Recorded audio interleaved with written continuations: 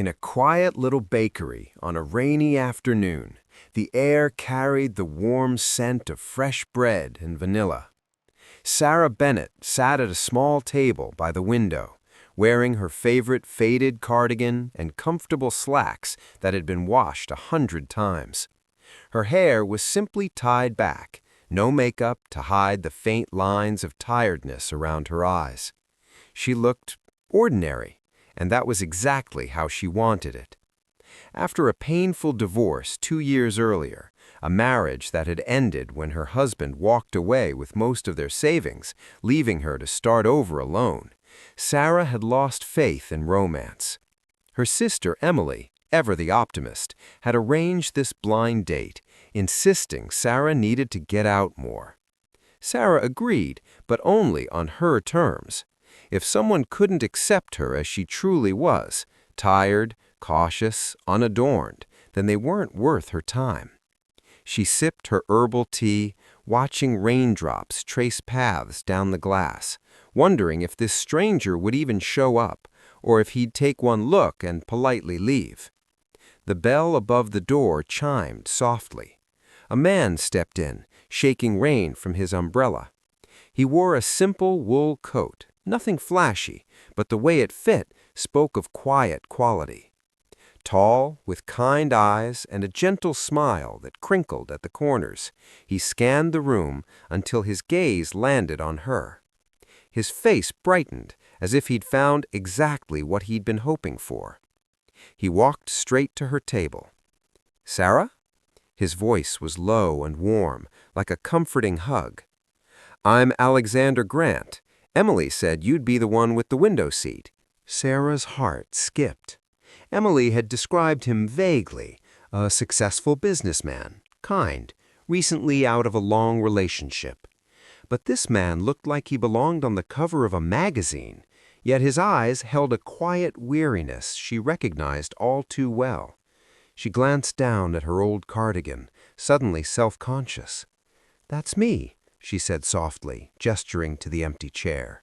"You can sit, or if you'd rather not, I understand."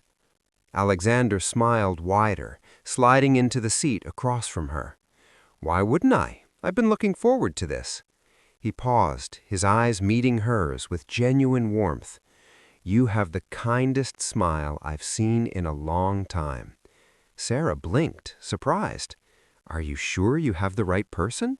Sarah Bennett, librarian at the community center, loves old books and quiet evenings?"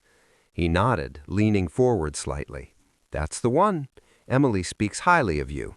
Said you're the sort who remembers everyone's favorite story." Despite herself, Sarah felt a small warmth in her chest. "Emily exaggerates. Or maybe she's just a good sister," Alexander replied gently.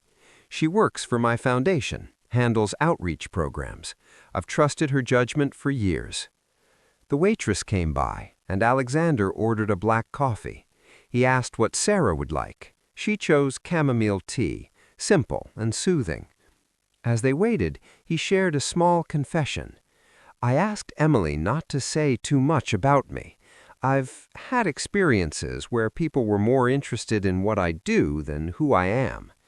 Sarah nodded slowly. She understood that guarded look. After her ex had left her heartbroken and broke, she'd built walls too. "I almost canceled," she admitted quietly. "After everything with my divorce, I dress like this on purpose sometimes, to keep things real from the start." Alexander's eyes softened. "That's honest. I admire that." They talked easily then, about books, the rain outside, little things that felt safe. Sarah shared stories from the library, children discovering their first adventure tales, elderly patrons finding comfort in familiar pages. Alexander listened as if every word mattered, asking gentle questions that made her feel truly seen.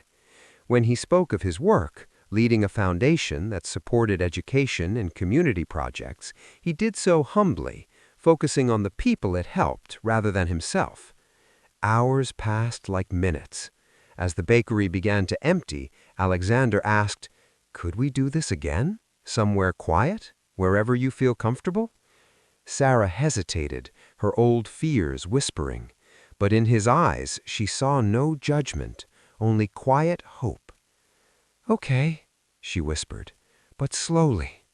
He smiled, standing to help her with her coat. His hand brushed hers, warm and steady. What Sarah didn't know was that Alexander Grant was one of the country's quietest billionaires.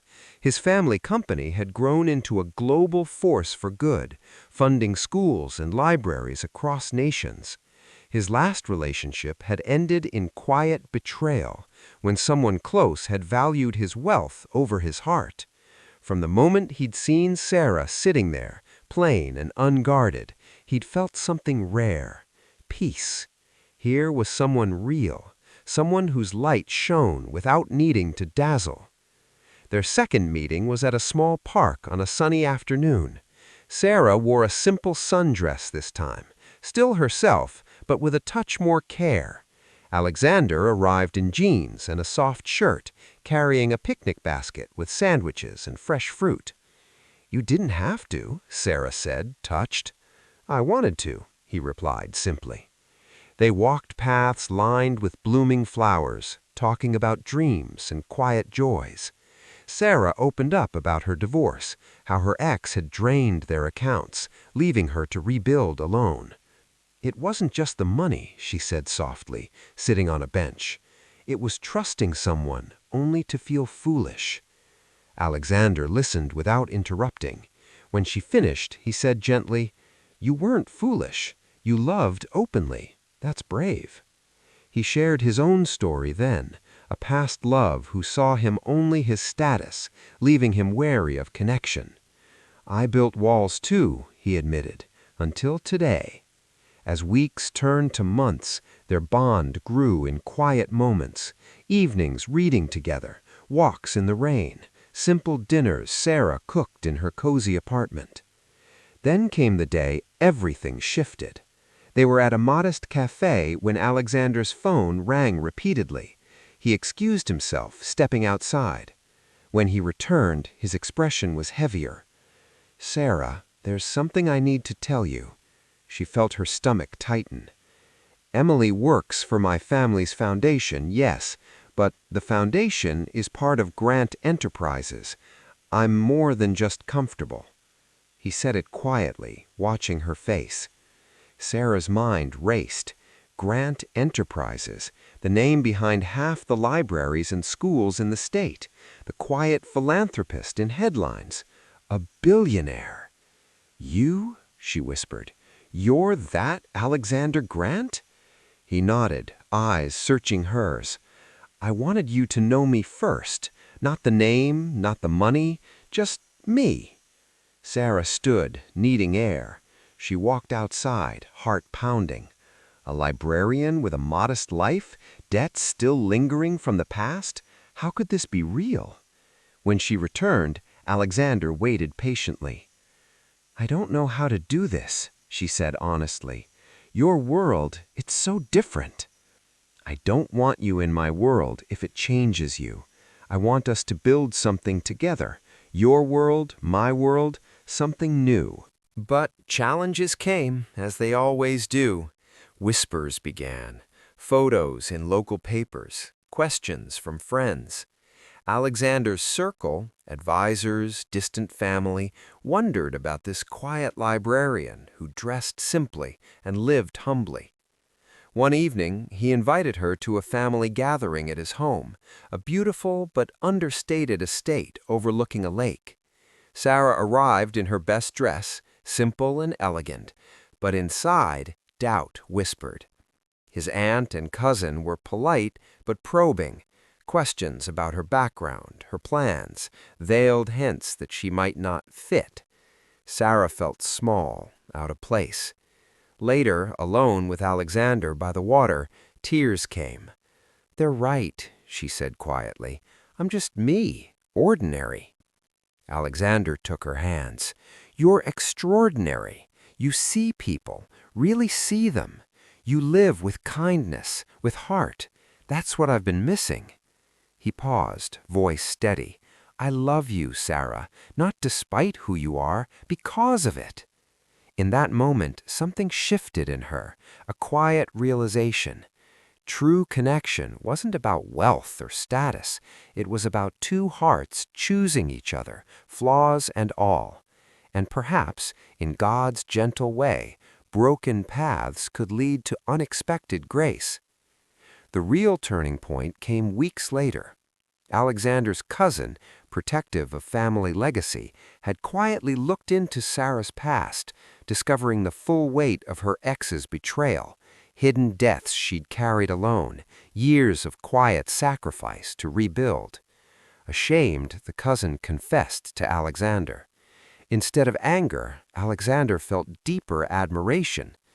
He went to Sarah's library after hours, finding her shelving books. "You've carried so much alone," he said softly. She turned, eyes wary. "How did you—" "It doesn't matter. What matters is your strength. You've rebuilt yourself with dignity." "I didn't want pity," she whispered.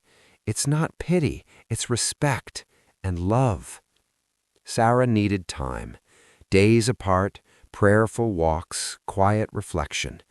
With Emily's gentle nudge, "He's lost without you, and you're glowing when you're with him," Sarah returned. That night, under the stars, she spoke from the heart. "I was afraid of losing myself, but you never asked me to change. You saw me, plain clothes, guarded heart, and stayed." Alexander smiled through tears. "And you saw me, not the name, not the wealth, just a man needing someone real." "I want to walk beside you, not ahead, not behind, together." Months later, in the little bakery where it began, Alexander proposed, on one knee, with a simple ring that held meaning, not extravagance. Around them, familiar faces smiled, Emily beaming, library friends cheering quietly. They married in a small chapel, surrounded by books and flowers, Sarah in a gentle white dress, Alexander beaming with quiet joy. She continued her work at the library, he his foundation, but together they started a small program helping those rebuilding after loss, not for show, just because kindness, quietly given, changes lives. Years on, they still returned to that bakery on rainy days. Sarah in her comfortable cardigan, Alexander beside her, hands entwined. Sometimes the greatest treasures aren't found in grand gestures, but in the quiet beauty of a heart that loves you exactly as you are.